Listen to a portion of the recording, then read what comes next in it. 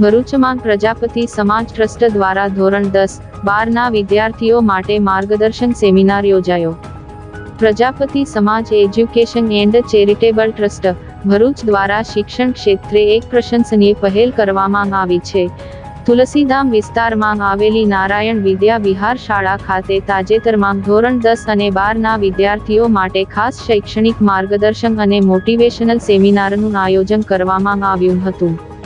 આ કાર્યક્રમમાં પ્રજાપતિ સમાજ તેમજ અન્ય સમાજના વિદ્યાર્થીઓ મોટી સંખ્યામાં ઉપસ્થિત રહ્યા હતા.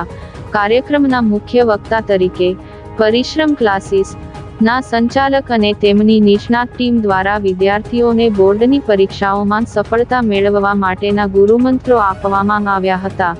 નિષ્ણાત ફેકલ્ટીઓએ અલગ અલગ વિષયો પર ઊંડાણપૂર્વક ચર્ચા કરી વિદ્યાર્થીઓને પરીક્ષાના ડરથી મુક્ત થઈ કેવી રીતે શ્રેષ્ઠ દેખાવ કરવો તે અંગે સચોટ અને પદ્ધતિસરનું માર્ગદર્શન પૂરું પાડ્યું હતું.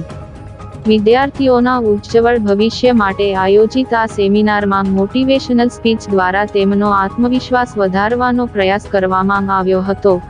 પ્રજાપતિ સમાજ એજ્યુકેશન એન્ડ ચેરિટેબલ ટ્રસ્ટના આ પ્રયાસને વાલીઓ અને શિક્ષણ જગતે બિરદાવ્યો છે.